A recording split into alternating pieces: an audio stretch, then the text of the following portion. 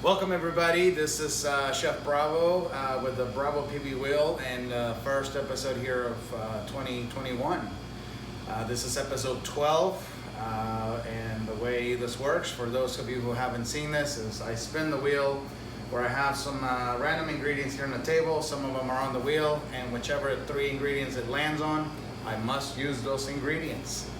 And so here we go, episode 12. I got myself a good audience here who's going to help me cheer. Okay. So, here we go. Spin that Bravo PB wheel. Yay! Here we go. Oh, it went over to mushrooms. Mushrooms. Okay, so I'm gonna let the audience pick. I have here. I have some King Trumpets, or I have some creminis. Cremini. Can we use both? All right, we can do both. So the audience chose both. Okay. All right, so mushrooms. Here we spin the go. wheel. Spin number 2. Yay! Spin it.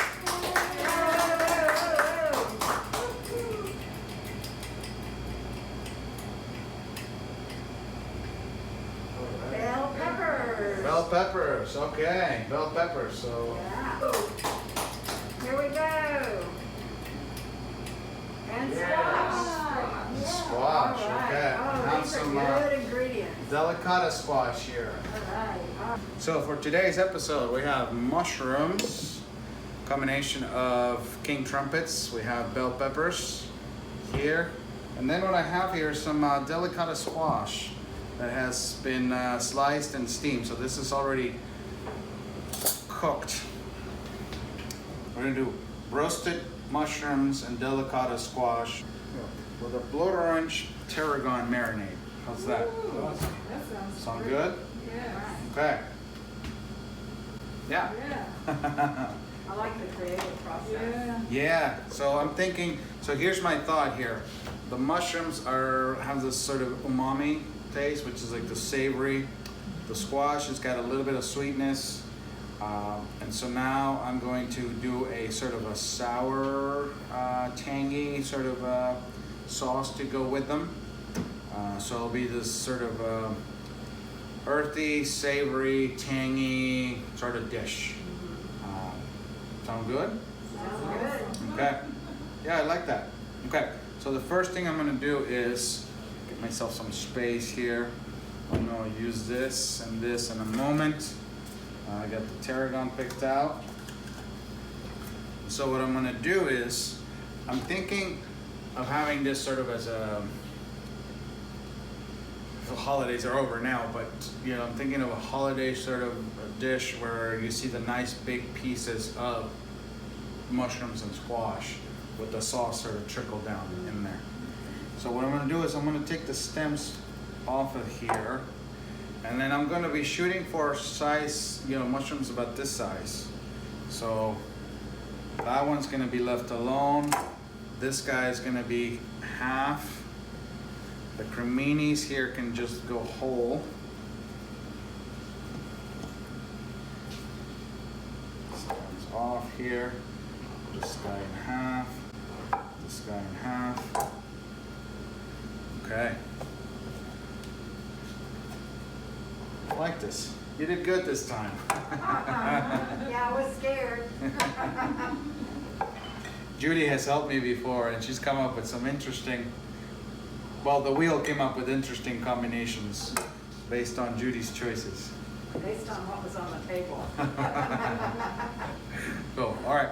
So all I did was just, I took the, you know, the mushrooms, get them to the nice size, and I'm trying to match sort of the size of the squash here.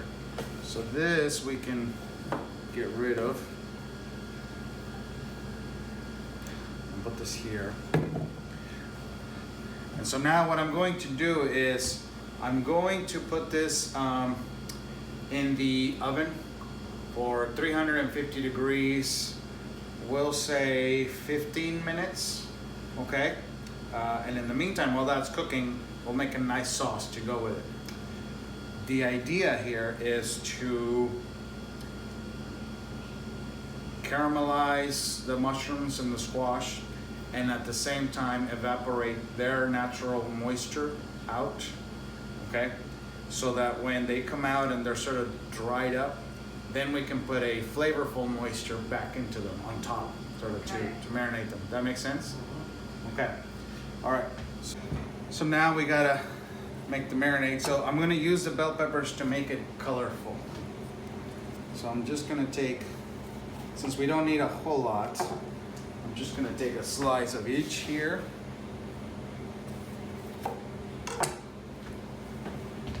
And these will be diced small. With bell peppers, if you don't have a really sharp knife, it's easier to cut with the skin side on the cutting board. Okay. If you try to do the skin side up, the knife has a little bit harder time with it. So if you have a really nice sharp knife, it really doesn't make a difference, but just for you guys to know, everybody's knives are different. Okay, so I have my bell peppers chopped here. I'm gonna take a chunk of my red onion to be part of the marinade here. And those are all about equal parts with the spices. Yeah. Yeah, I wanna make it sort of colorful. When I plate this, I want it to look like all this nice sauce and all these flavors and ingredients just sort of came down on them.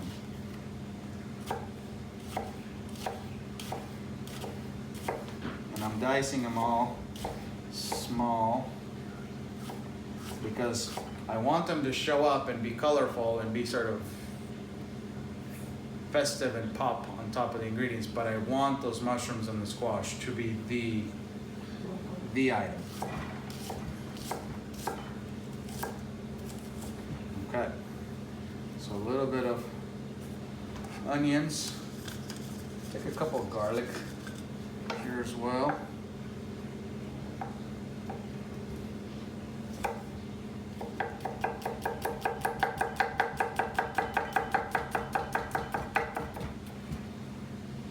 And then I'll have my orange ready. I'm going to use my zester here in just a moment. If you don't have one of these, I would highly recommend a microplane zester. They are a wonderful tool. Okay. So you're heating up the pot? I'm heating up the pot, so I'm preheating it so that I want this to sort of roast a little bit as well. So if I throw them in right away, they start to lose their moisture, and it's sort of, they're just sauteing, but the moisture they lose sort of keeps them from browning.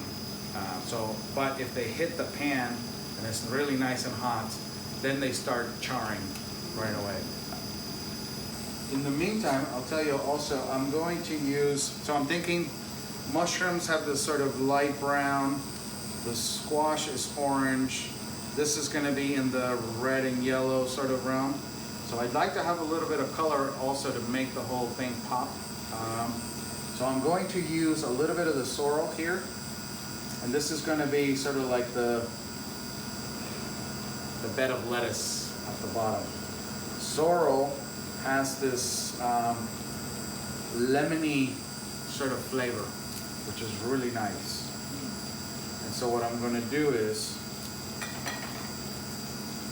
I'm going to take a few leaves, and then I'm going to chiffonade them, which means I'm going to slice them out really nice and small, so that when I just sort of sprinkle the plate, the color will pop, but it will not take attention from the fact that we have these nice big chunks of mushroom and squash on there.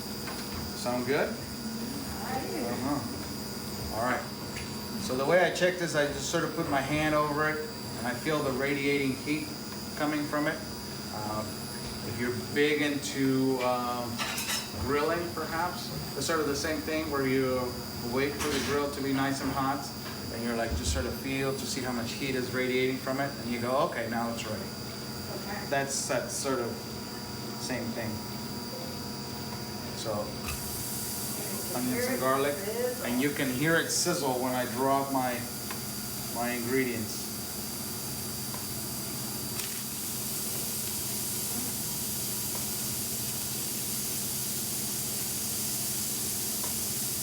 Okay, I do want to make sure that the tarragon goes in there now because it's dried, which means it's going to take longer to release its flavor. Okay.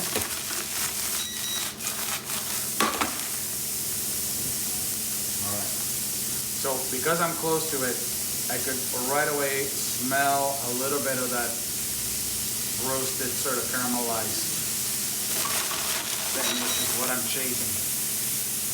And I can also see the bottom of that pan. It's got the nice color already on it, so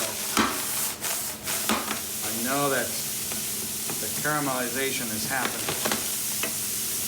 Okay, maybe just a touch more of this. And I'm gonna go ahead and add my orange zest on here.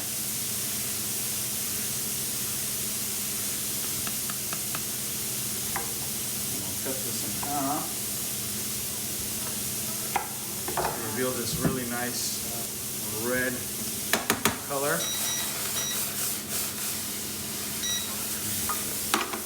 Now, I want this to have this sort of nice, thick sort of feel to it so that it coats those mushrooms and squash. So I'm going to add a little bit of brown rice flour. This is my thickener.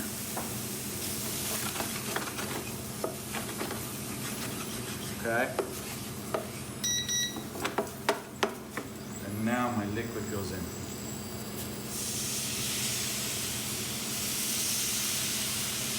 Already. Smells good, doesn't it? Yeah.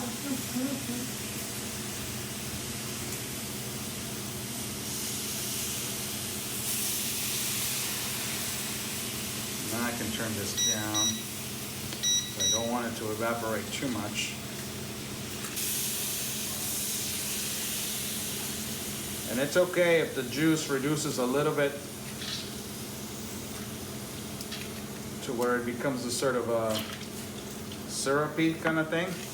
Because now, if that's happening, if that is happening, what that means is that I am losing the water out of the orange juice and I'm keeping just the flavor of it. Okay? So a lot of times when I cook, I'm constantly thinking about ways to concentrate flavor and by evaporating water, whether it's in the oven or in the pan or some other way. And yeah, this has a very thick look to it.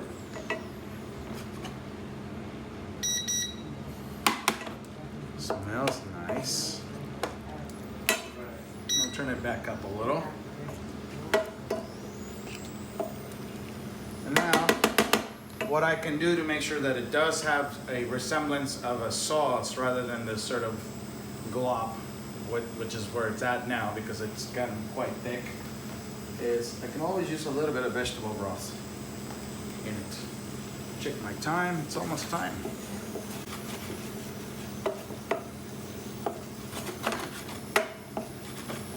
You see the water actually evaporating. You see that it's disappearing. And so what I'm losing is a liquid that has no flavor, okay? But I'm going to add a liquid that does have flavor. All right, so just a little bit.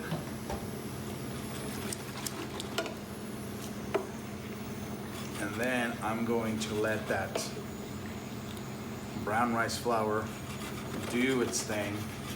Now it looks like a sauce.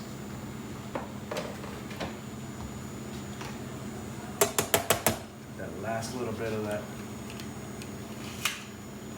orange zest. I can give it a quick taste to kind of see where it's at. I'll show you what it looks like. It's got this nice sort of thick look to it. I'm just gonna add just a touch bit more of that tarragon, just because I could use a little bit more, I think. And that's only because I'm calling it a blood orange tarragon marinade, okay? If I decided, you know, I can't really taste the flavor, but you know, maybe I'll just call it a blood orange marinade, then it wouldn't necessarily be necessary to get it in there. But since I've decided I am gonna call it a blood orange tarragon, I figured why not. Taste it again.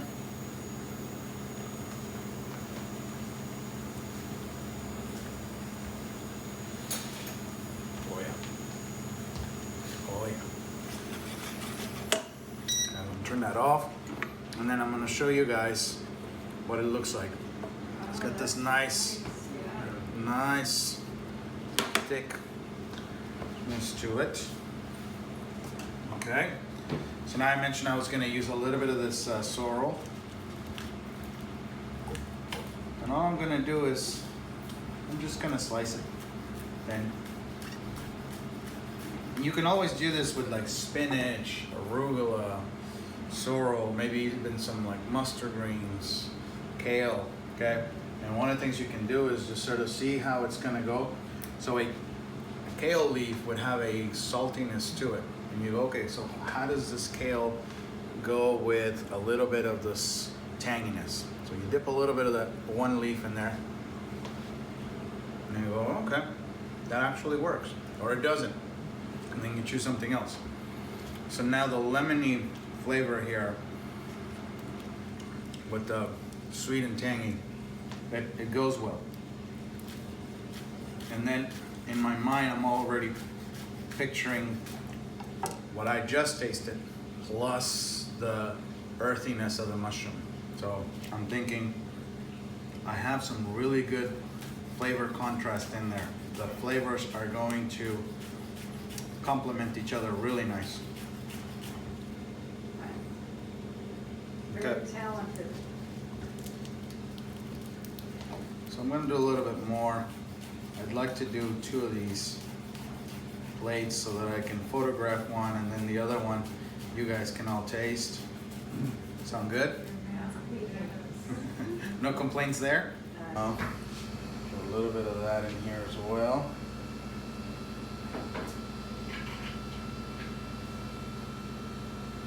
Okay, I will be right back. I'm going to grab that squash and mushrooms. So this is what it looks like. I'll show you guys my onions, I'm sorry, my mushrooms and squash. And so you see they're all. Did you broil those or bake them? Oh, baked them. We'll put it on roast setting. Now, I will say this. I have a commercial oven. I'm thinking for a home oven, maybe you want to do 400 degrees rather than 350.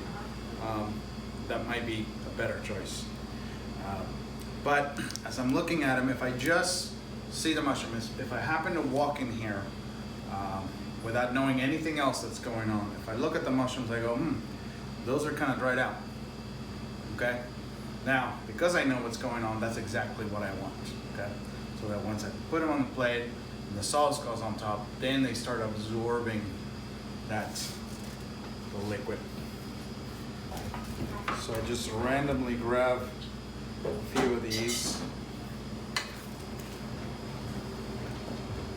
set them down.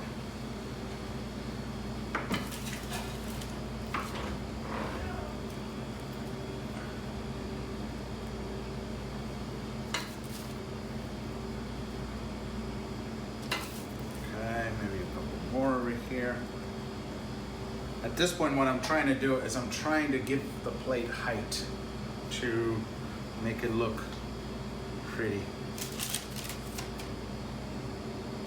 So you'll find chefs often are trying to do that. They're trying to build the plate upwards. And now my sauce is now meant to drip all over that.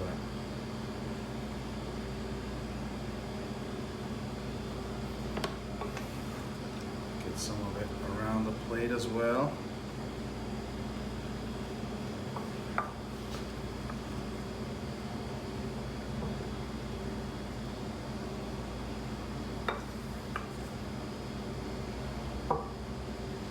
Beautiful. You never know what I'm gonna end up making when I do these. but they've turned out pretty good. Okay, All right. so now I might even just do a touch of that sorrel there over the top just to make it, just to give it a little color thing. And I might even take a little bit of that tarragon again, crush it a little bit in my hands, and just do a very simple, or like a snow glow effect.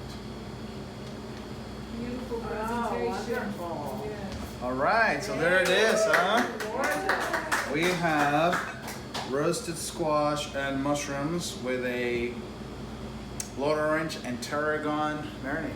Yeah, fabulous. Yeah. Yeah. Okay. All right, so we have a great question here from the audience, and the question was, if we weren't restricted to the wheel and having to use the ingredients it landed on, how would a roasted tomato go along with the squash and the mushrooms? And the answer is this: a tomato would provide something that we already have here. So it had this sort of tangy, sweet sour kind of flavor that a tomato has.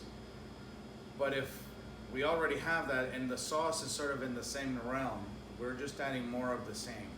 So it's not giving me a contrast. So I would love a roasted tomato in with it, but then that means I want to change my sauce to something else, because what the tomato's providing is the same as the sauce.